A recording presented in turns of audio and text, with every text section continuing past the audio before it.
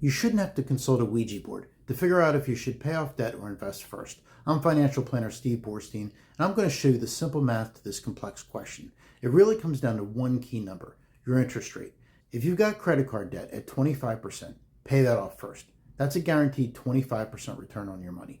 No investment beats that consistently. But here's what many people miss. If the interest rate on your debt is lower than the after-tax return you're expecting on your investments, consider focusing more on investing. For example, let's say you have a 4% loan. If you think you can invest and get a relatively safe after-tax return of 6%, then you would be making 2% more than the loan you're paying off. You may want to lean towards investing. On the other hand, let's say you can reasonably expect an after-tax return of 6%, but you have a loan for 7%. Then the best answer is likely to make it a priority to pay off the debt rather than invest. If you work for an employer who matches your contributions, you need to factor that in too.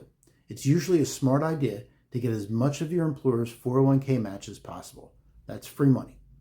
So here's one of the best ways I've found to think about this. First, pay off high interest rate debt. Second, invest enough to get your employer's match. Third, invest in a good asset allocation of quality investments that have strong track records.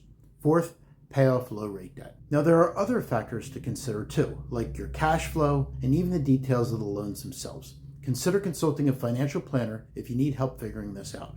So what's your biggest question on paying off debt versus investing?